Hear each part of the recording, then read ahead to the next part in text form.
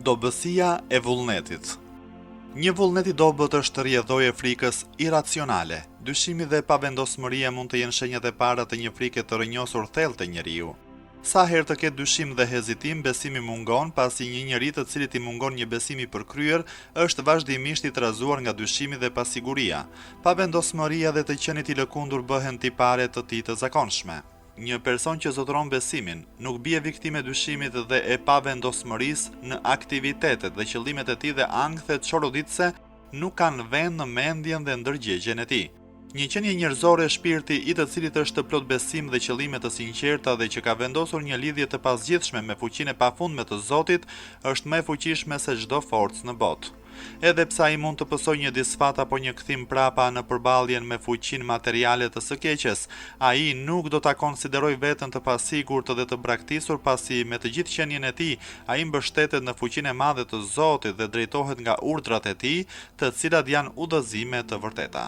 Duke kapërcyer çoroditjen dhe duke udhëhequr ato që keni humbur në rrugën e drejtë, të cilat janë elemente thelbësore të rrënjosura thellë në besimin islam, tipare që janë bërë pjesë e natyrës shpirtërore të njeriut, duke u mbështetur në fuqinë e përjetshme të Zotit, ata mund të vënë nën kontroll dëshirat e tyre për fuqi materiale, të cilat nuk janë realiteti i vetëm në botë.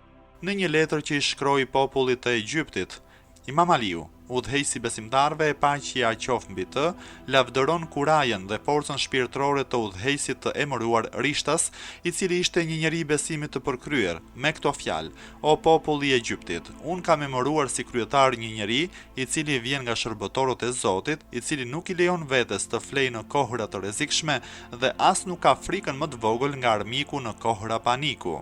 Ai është i vendosur dhe i sert kundrejt të ligut si një zjarr i fortë. Ai është Malik ibn Harith nga klani i Banu Mudhi.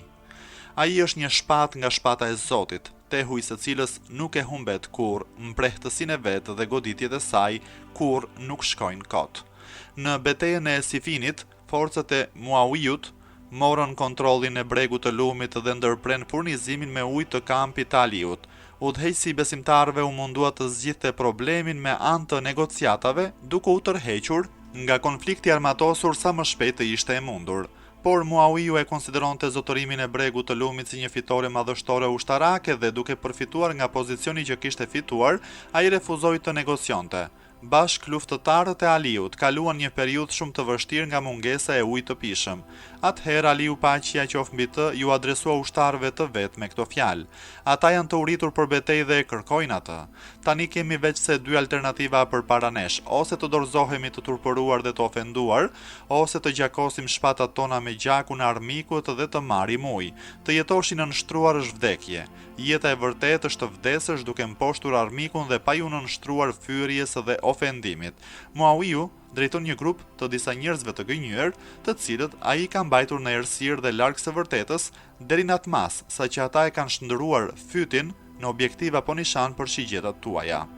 Ky fjalim i zjarrt krijoi një ndryshim të madh te morali i ushtarëve të Aliut dhe i mbushi ato me shpirtin e kurajës. Me një sulm të rrufeshëm, ata zmbrapsën forcat e Muawiut nga bregu i lumit dhe morën kontrollin e tij, por pastaj me një shpirt burrëror ata i lejuan armiqt të përdornin ujin për nevojat e tyre.